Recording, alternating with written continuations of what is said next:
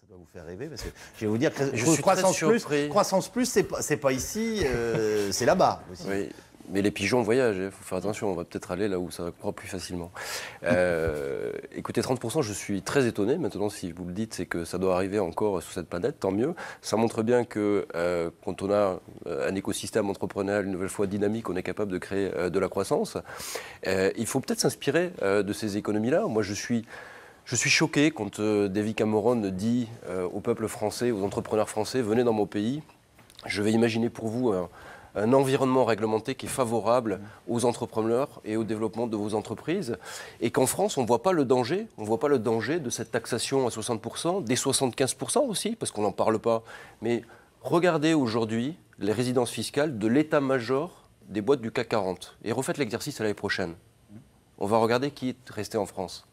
Parce que le président de la République a dit il y a 6 mois quand il était candidat, ce n'est pas possible de gagner 1 million d'euros de revenus.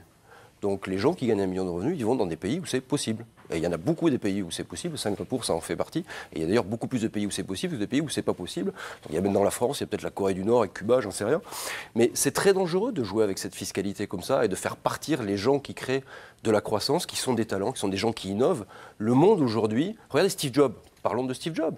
Steve Jobs, qui a été un formidable entrepreneur, il tire son pays grâce à de l'innovation. Un seul produit, l'iPhone 5, va rapporter 0,4 points de croissance aux États-Unis. C'est le PIB de la France en 2012, 0,4. Il ne faut pas l'oublier. Donc aujourd'hui, aux États-Unis ou dans d'autres pays qui considèrent que l'écosystème entrepreneurial est stratégique, vous voyez des superbes sociétés arriver, des Yahoo, des Facebook, des Twitter, des Apple.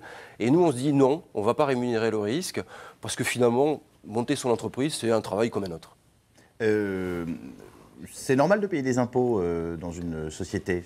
Bien sûr. Voilà, en France, il y a des voilà, en France, il y a des hôpitaux. Je vous demande pas dans quel type d'école vous êtes allé, mais voilà, le chef d'entreprise que vous êtes aujourd'hui, il a bénéficié aussi de la structure de la société française pour lesquelles nos parents et nos grands-parents ont travaillé. C'est la première lecture de la loi. Effectivement, quand on dit on va aligner la fiscalité du capital du travail, la première lecture, on se dit tout ça paraît logique.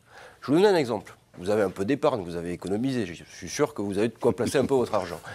Vous avez le choix entre placer votre épargne dans une société qui fait des forages pour découvrir des mines de diamants dans le Cantal. Oui. C'est très risqué, il n'y a pas de diamants dans le Cantal. Ou alors un contrat d'assurance vie. Sur la truffe en ce qui me concerne. La truffe ou le gaz de schiste. Voilà. Ou alors un contrat d'assurance vie qui va vous rapporter 4% garantie. Bon.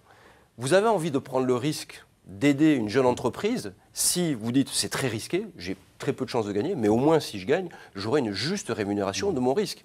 Si la mine de diamants au Cantal vous rapporte 4%, mais jamais vous prendrez le risque. Vous irez investir votre argent dans votre contrat d'assurance vie. Oui, donc derrière cette notion de capital travail, avec cette première lecture qui consiste à dire en fait tout ça est logique, non, il y a tout un écosystème qui est un écosystème de création de valeur qu'il ne faut surtout pas casser. Ma question c'était, c'est normal de payer des impôts quand on a soi-même bénéficié d'une structure qui... Mais on paye beaucoup d'impôts.